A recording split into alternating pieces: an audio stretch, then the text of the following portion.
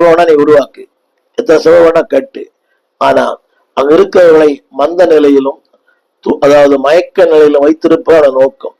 எத்தனை சபை வேணா கட்டு, எத்தனை இவ்வளவு பில்டிங் வேணா கட்டு.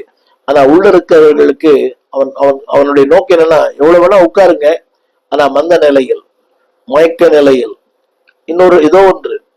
அது அவனுடைய நோக்கமே அதுதான். சபைக்கு போ, ஆனா உள்ள போய் தூங்கு. சபைக்கு போ, சத்தியம் கேட்காது. சபைக்கு போ, வசனம் கேளு, ஆனா அதெல்லாம் செய்யாது. இது சத்துருடைய அவன் விதைக்கிற விதைகள். இது நான் சொல்லவில்லை, சார்ல்ஸ் ஸ்பர்ஜன் சொல்லுகிறார். பிசாசு அனுமதிப்பான், சபைக்கு போக அனுமதிப்பான், சபை கட்ட கூட அனுமதிப்பான். ஆனா உள்ள அவனுடைய நோக்கம் என்னவென்றால், நீங்கள் வெதுவெதுப்பானே, அனலமின்றி குளிரமின்றி வெதுவெதுப்பா இருக்கிற மக்களாகவே நீ இருக்க அவன் விரும்புகிறான். என்னை கேட்டுக்கொண்டிருக்கிற அன்பு தெய்வ பிள்ளையே, நான் செய்திக்குள்ளே போகிறேன். முதலாவது, the true spiritual joy. முதலாவது குறிப்பு, living the servant life.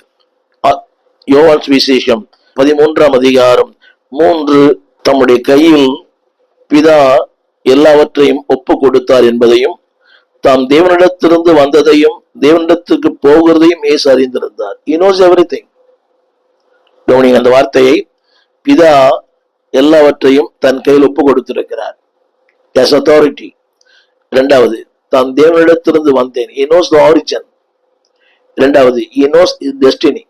அடுத்த வார்த்தை, தாம் தேவனிடத்திற்கு போகிறேன் என்பதை அறிந்திருக்கிறார். உங்களுக்கு தெரியுமா அது எங்க போக போறீங்க? ஒரு சின்ன கேள்வி. இன்றைக்கு உங்கள் ஜீவன் போனால் வேர் யூ வில் கோ? அது அங்க போய் பார்த்துக்கலாம். இல்லைங்க, அது அங்க போய் பார்க்கிற விஷயம் அல்ல, இது இங்கேயே தீர்மானிக்கிற விஷயம். அந்த வார்த்தை சொல்லப்பட்டிருக்கிறது, எங்கிருந்து வந்தோம் அது தெரியும், எங்க போக போறோம். நிறைய பேருக்கு கேட்டு பாருங்க, சபைக்கு வர நிறைய பேர் கேட்டு பாருங்க, where will be your end, வாழ்க்கை முடிவு எங்கே தெரியல.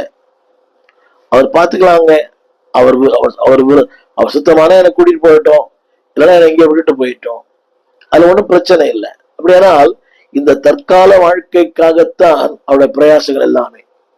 அதுலதான் நீ திருச்சபைக்கு வருவ பாதி பேர் அப்படியே டிட்டோ உலகத்தான போறிய. இத்தனை ஆண்கள் வயசானவர் கூட கம்மல் போடுறார். எவ்வளவு கேவலம் யோசித்து பாருங்கள். பையனும் கம்மல் போடுறான், அப்பாவும் கம்மல் போடுறார். ஆவிக்குரிய திருச்சபைக்கு வர்றாங்க. இத போதகர் பேசினாலும் அவன் கண்டுக்கிறதே இல்லை. ஏன்னா அவரை சுற்றி ஒரு கூட்டமே இருக்கிறது, பாவம் போதகர்கள். என்னை கேட்டுக்கொண்ட அன்பு தெய்வ பிள்ளையே, எங்கிருந்து வந்தாய், எங்கே போகிறாய்? இந்த வசனம் சொல்லப்பட்டிருக்கிறது. அவர் இயேசு he knows very well, நல்லாவே தெரியும்.